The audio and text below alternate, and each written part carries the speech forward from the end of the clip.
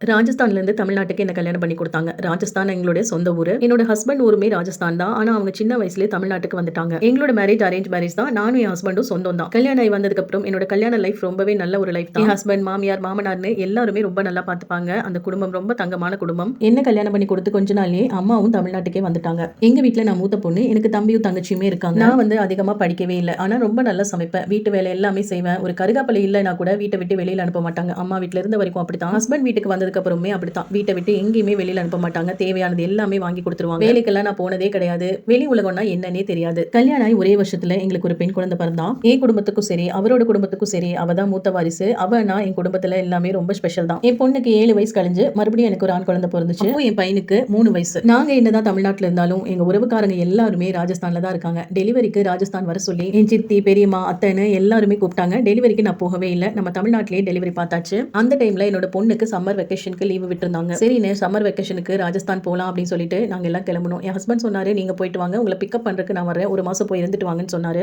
என் குழந்தைகளையும் கூட்டிட்டு அம்மா, அப்பா, தங்கச்சின்னு எல்லாருமே ராஜஸ்தான் கிளம்பிட்டோம். என் ஹஸ்பண்டை விட்டுட்டு போறேன் அப்படின்னு ரொம்ப கவலையா இருந்துச்சு. ஆனா அவருக்கு வேலை அப்படிங்கறதுனால நீங்க போயிட்டு வாங்க, உங்களை நான் பிக்கப் பண்றதுக்காக வரேன் அப்படின்னு சொல்லியிருந்தாரு. டெய்லியுமே ஹஸ்பண்ட் கிட்ட வீடியோ கால், ஃபோன் கால்னு பேசிக்கிட்டே தான் இருப்பேன். குழந்தைங்களும் பேசிக்கிட்டே தான் இருப்பாங்க. அன்னைக்கு ஆஃபீஸ் போயிட்டு வந்தாச்சா, சாப்பிட்டீங்களா, என்ன பண்றீங்க, ஃபேமிலியில மாமியார், மாமனார் எல்லாரும் என்ன பண்றாங்க அப்படின்னு சொல்லிட்டு எல்லாத்துக்கிட்டும் பேசிட்டு அப்பதான் போனை வச்சேன். 1 மணி நேரம் கழிச்சு எனக்கு ஒரு ஃபோன் கால் வந்துச்சு. உன்னோட ஹஸ்பண்ட் ரொம்ப சீரியஸா இருக்காரு, சீக்கிரமா கிளம்பி வா அப்படின்னு சொன்னாங்க. ரொம்பவே ஷாக்கிங் ஆயிடுச்சு. என்னடா இது இப்பதானே பேசினாரு அப்படின்னு யோசிச்சுட்டே இருந்தேன். அன்னைக்கு மிட் நைட்லயே ஹார்ட் அட்டாக்ல ஹஸ்பண்ட் இறந்திருக்காரு. ஆனா யாருமே என்கிட்ட சொல்லவே இல்லை. நாங்க ராஜஸ்தான்ல இருந்து சொந்தக்காரங்கன்னு ஒரு 50 பேர் கிளம்பி ஃபிளைட்லயும் ட்ரெயின்லயும் வந்து சேர்ந்தோம். வந்து சேர்ந்ததுக்கு அப்புறம் தான் தெரிஞ்சிச்சு என்னோட ஹஸ்பண்ட் இறந்துட்டாரு அப்படின்னு. ரொம்பவே கஷ்டமா இருந்துச்சு. கண்ணை கட்டி காட்டுல விட்ட மாதிரி இருந்துச்சு. ஏன்னா வெளி உலகமே தெரியாம வளர்ந்த பொண்ணு. இதுக்கு மேல எப்படி குடும்பத்தை ரன் பண்ண முடியும்? என் சைட்லயும் சரி, அவரோட சைட்லயும் சரி எங்களுக்கு நல்லாவே ஹெல்ப் பண்ணுவாங்க. ஆனா ஒருத்தர் கொடுக்கறத வச்சு நம்மளுடைய வாழ்க்கையை வாழ முடியாது. நாம ஏதாவது ஒண்ணு பண்ணணும் அப்படிங்கிற யோசனை எனக்கு வந்துச்சு. விதி உடம்பு சரியில்லாம அவர் இறந்து போயிட்டாரு. அதையே நினைச்சிட்டோ இருந்தோம் அப்படின்னா நம்ம குழந்தைகளை எல்லாம் வளர்த்தி கரை சேர்க்க முடியாது அப்படின்னு என் ஹஸ்பண்ட் இருந்து ஒரு 3 மாசம் வீட்டுல இருந்தேன். அதுக்கப்புறம் நான் வேலைக்கு போக ஆரம்பிச்சேன். நான் அதிகமா படிக்கவும் இல்லை. ஆனா நல்ல சுறுசுறுப்பா வேலை செய்வேன். ஒரு டெக்ஸ்டைல்ல போய் வேலைக்கு சேர்ந்தேன். மாசம் 10,000 ரூபாய் சம்பளம். கொஞ்சம் கொஞ்சமா என் குழந்தைங்களை எல்லாம் படிக்க வச்சு என் குழந்தைங்களை எல்லாம் அம்மா வீட்டு சைடு, மாமியார் வீட்டு சைடுன்னு மாறி மாறி பார்த்து வளர்த்தாங்க. இன்னைக்கு நான் என் பெண் குழந்தைய நல்ல முறையில படிக்க வச்சு கல்யாணம் பண்ணி கொடுத்துட்டேன். எனக்கு இப்போ ஒரு பேரக்குட்டியும் இருக்கு. என் பையனும் படிச்சு முடிச்சு ஜாபுக்கு எல்லாம் போயிட்டு இருக்கான். இன்னைக்கும் நான் வேலைக்கு போறது நிறுத்துறது இல்லை. என் பையன் சொல்வான், நான் தான் சம்பாதிக்கிறேனேமா, நீங்க எதுக்கு வேலைக்கு போறீங்க அப்படின்னு கேட்பான். நான் என்னைக்கு கொஞ்சம் தளர்ந்து போறனோ அன்னைக்கு வேலைக்கு போறதை நிறுத்திடுறேன், நீ பாத்துக்கோன்னு நான் சொல்லுவேன். நம்ம வாழ்க்கை ஒரு பிரமிப்பானது. எப்போ எந்த நேரம் வேணாலும் எந்த மிராக்கள் வேணாலும் நடக்கும்.